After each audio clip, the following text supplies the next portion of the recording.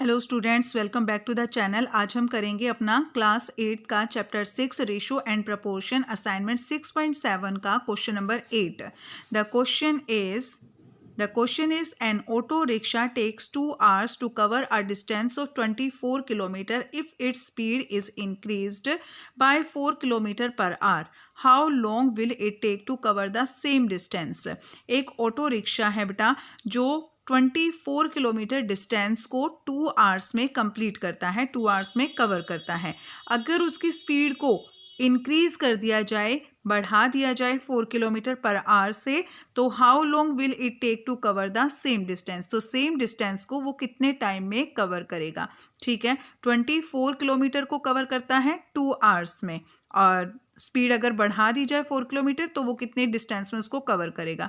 ठीक है बेटा, तो इसमें हमें स्पीड नहीं दी गई है, इसमें हमें टाइम दिया हुआ है, डिस्टेंस दिया हुआ है। तो टाइम और डिस्टेंस की हेल्प से हम अपनी पहले स्पीड कैलकुलेट करेंगे, देन फिर हम अपना क्वेश्चन सोल्व करेंगे। तो पहले हम स्पीड निकालेंगे। डिस्टेंस हमें दिया हुआ है,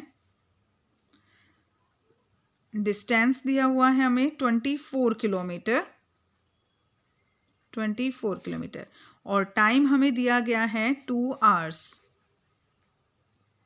जब भी हमें स्पीड फाइंड करनी होती है तो हम डिस्टेंस को टाइम से डिवाइड करते हैं। Distance upon time, distance upon time.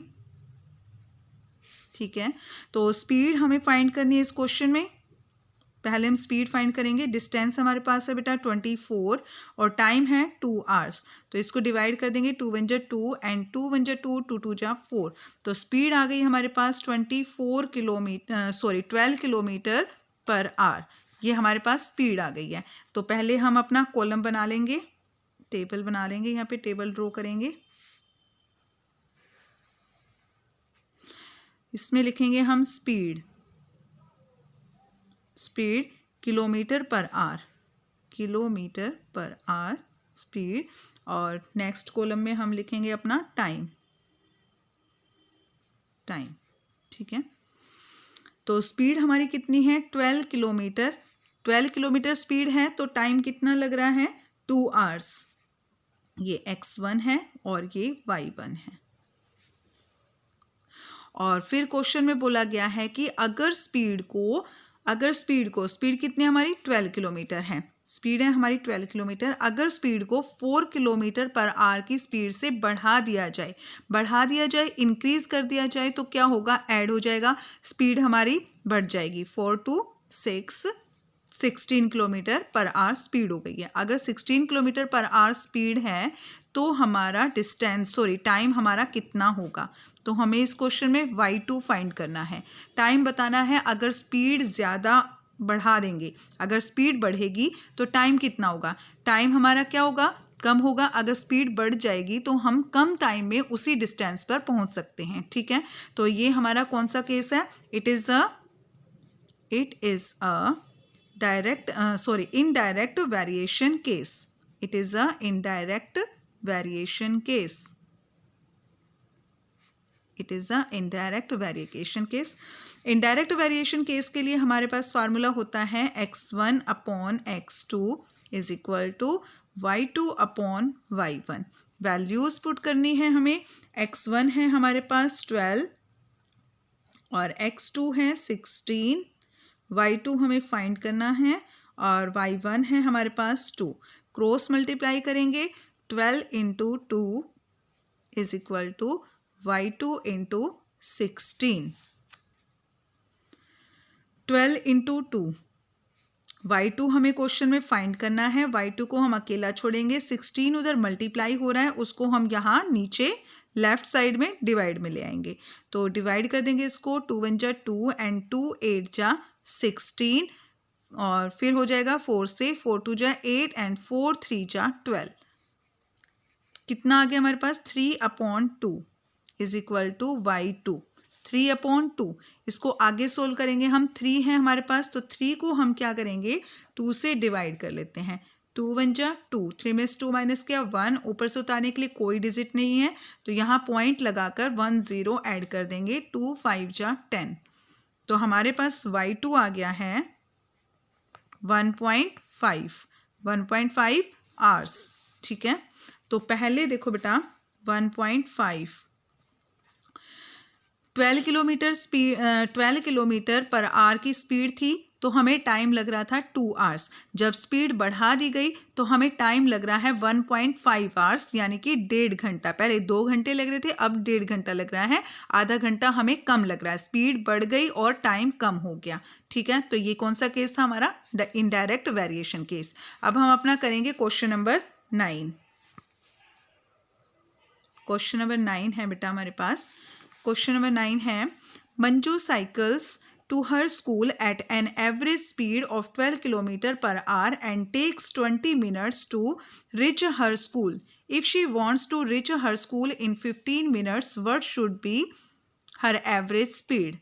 देखो, मंजू साइकिल से अपने स्कूल में जाती है और उसकी स्पीड जो है वो 12 किलोमीटर पर आवर है और उसको वहाँ पहुँचने में, स्कूल पहुँचने में उसको 20 मिनट्स लगते हैं। 12 किलोमीटर पर आवर उसकी स्पीड है और उसको टाइम लग रहा है 20 मिनट्स।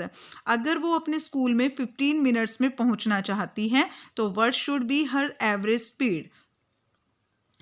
तो वो कम टाइम में जाना चाहती हैं तो उसको अपनी स्पीड बढ़ानी पड़ेगी। टाइम अगर कम हो रहा है तो स्पीड यहाँ पर बढ़ेगी, तो भी ये भी हमारा इनडायरेक्ट वेरिएशन का केस है। ठीक है, तो हम पहले अपनी टेबल ड्रॉ करेंगे।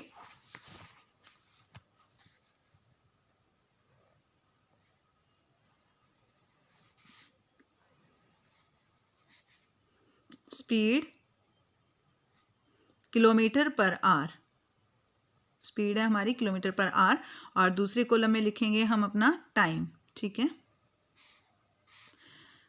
पहले वो 20 मिनट्स में जा रही है स्कूल में, 20 मिनट्स लग रहे हैं उसको स्कूल में पहुंचने में, और स्पीड हमें कितनी दी गई है?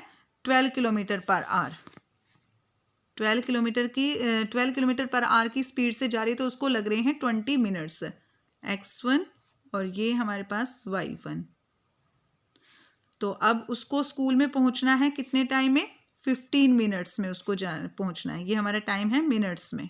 ठीक है, तो 15 मिनट्स में उसको स्कूल में पहुंचना है, तो उसके लिए उसको अपनी स्पीड कितनी बढ़ानी होगी ये हमें बताना है इसमें। तो ये हमारा केस है इनडायरेक्ट वेरिएशन। इनडायरेक्ट वेरिएशन का केस है। फार्मूला लगा देंगे, x1 upon x2 is equal to y2 upon y1।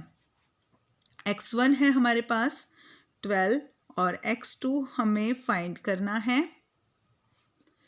y2 है हमारे पास 15 एंड y1 है हमारे पास 20। क्रॉस मल्टीप्लाई कर देंगे, 12 इंटू